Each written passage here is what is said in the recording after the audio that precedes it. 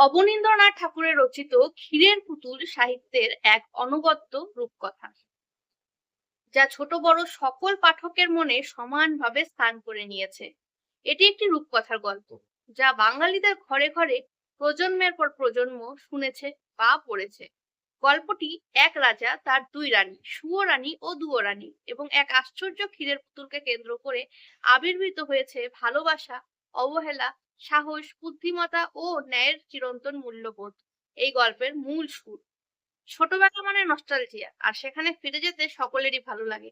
তাই ছোট বড় সকলের জন্য রেকমেন্ডেড এই বইটি ক্ষীরের পুতুল। এক ঝলক দেখে নেওয়া যাক। আর চিত্রনাট্য ও ছবি অবভিয়াসলি ঈশান মজুমদার। প্রকাশিত হয়েছে ইনকা পাবলিকেশন থেকে। প্রথম প্রকাশ জুলাই 2026। তো আজ এই পর্যন্তই। আবার দেখা হবে নেক্সট ভিডিওতে। আর তার আগে এই বইটি পড়ে অবশ্যই কমেন্ট করে জানাবে কেমন লেগেছে। আর ছোটদের জন্য তো অবশ্যই রেকমেন্ডেড, আর বড়দের জন্য একদম পারফেক্ট বইটি। Bye bye. যারা বই পড়তে ভালোবাসে না তাদের জন্য এই কমিক্স গুলো।